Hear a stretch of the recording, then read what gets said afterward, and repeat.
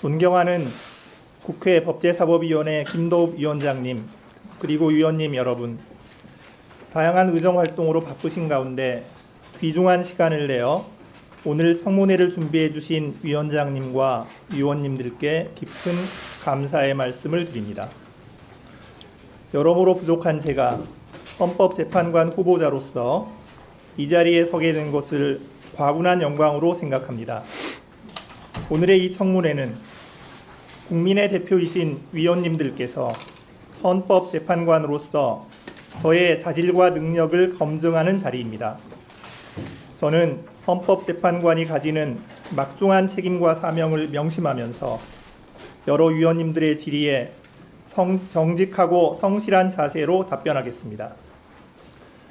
저는 전북 정읍에서 2남 4녀 중 넷째로 태어나 초등학교 4학년까지 정읍에서 살다가 이후 전주에서 중학교, 고등학교를 졸업하였고 서울에 있는 대학에 진학하여 졸업하였습니다. 아버지는 정읍에서 초등학교 교장으로 정년퇴직까지 근무하셨습니다. 경제적으로 넉넉하지는 않았지만 부모님의 헌신적인 뒷바라지로 저는 비교적 무난하게 학창 시절을 지낼 수 있었습니다. 저는 1991년에 결혼하여 아들 둘을 두었는데 둘째가 자폐성 장애 1급 진단을 받은 자폐아입니다. 유난히도 잘생기고 순한 아이였던 둘째가 자폐 진단을 받고 나서 우리 가족의 생활은 송두리째 바뀌었습니다. 저희 부부는 자고 싶을 때 마음대로 잘 수 없고 쉬고 싶을 때 편히 쉴 수가 없으며 둘째랑 같이 외출을 하면 다른 사람들로부터 특별한 시선을 받아야 하는 고단한 처지가 되었습니다. 제 처는 천직으로 생각하던 교사직을 포기하고 둘째 뒷바라지에 전념하여야 했고 첫째는 둘째와 같은 초등학교를 다니면서 자폐아의 형이라는 시선을 감내하여야 했습니다. 지금도 제 처와 저의 몸에는 둘째로부터 꼬집 피거나 물려서 생긴 상처 그리고 흉터가 남아 있습니다.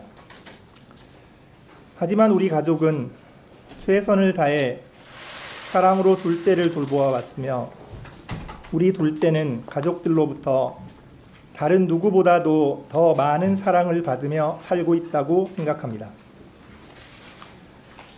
하루 종일 둘째를 돌봐야 하는 힘겹고 고단한 생활은 지금도 계속되고 있지만 이러한 힘겨운 삶의 경험들은 저에게 세상에는 나 자신도 어찌할 수 없는 일들이 많이 있고 주변에 우리 가족보다 더 어려운 처지에 있는 사람들이 많이 있으며 내 처지가 좀 어렵더라도 더 어려운 사람들을 도와가면서 살아야 한다는 생각을 가지게 하였습니다.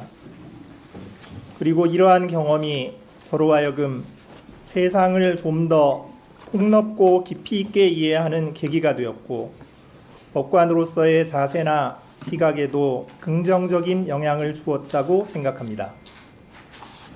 저는 1993년 서울지방법원 의정부 지원 판사로 임명된 이래 지금까지 30년 동안 각종 재판 업무와 다양한 사법행정 업무를 담당하여 왔습니다. 법관으로서 저의 생활은 하루하루가 반성과 후회의 연속이었습니다.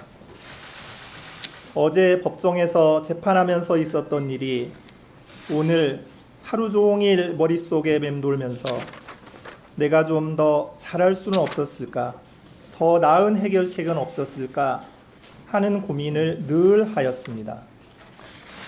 그 고민은 30년이 지난 지금까지도 계속되고 있습니다. 저는 1998년 일본 동경대학교에서 1년간 연수를 하면서 도산법을 연구하였는데 귀국 후 외환위기의 극복 방안으로 우리나라의 도산제도를 개선하고 통합도산법을 제정하기 위한 범정부적 연구 작업에 참여하게 되어 2000년에 미국 콜롬비아 대학교에서 6개월간 다시 연수를 하는 보기 드문 기회를 가지게 되었습니다. 그 기간 미국과 일본의 실제 재판 모습을 가까이서 지켜보면서 각 나라의 재판 모습이 서로 너무나도 다르다는 것을 체감하였습니다. 어떤 방식의 재판이 가장 바람직한 것인지를 늘 고민하였기 때문에 해외 출장이나 학회 등 기회가 있을 때마다 늘 각 나라의 재판을 직접 방청함으로써 개선점을 찾고자 노력하였고 선진 사법제도에 대한 연구도 게을리하지 않았습니다. 서울중앙지방법원 형사합의부에서 재판장으로 근무할 때에는 형사소송법이 기초로 삼고 있는 공판중심주의와 집중심리주의 원칙을 실제 재판에서 구현하기 위하여 노력하였습니다.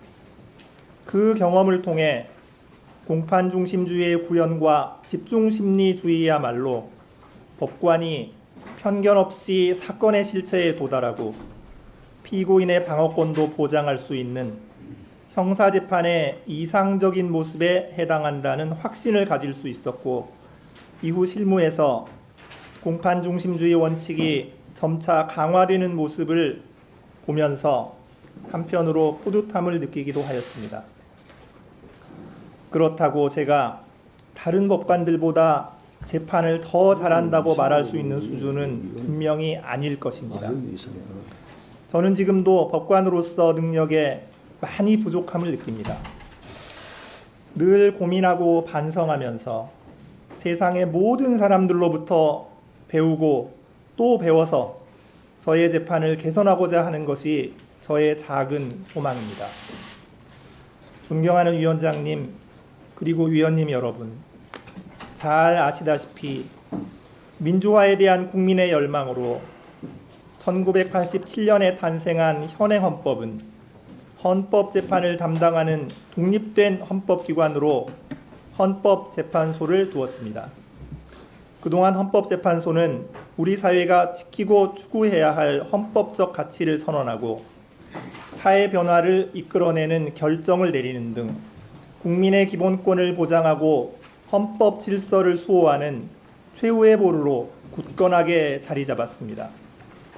그렇지만 한편 우리 사회는 코로나19로 인한 경제적, 사회적 변화에 직면하여 있고 세대나 지역, 이념 간 갈등, 빈부 차이, 저출산 고령화 문제, 환경 문제 등과 같이 여러 변화와 갈등 속에 있습니다.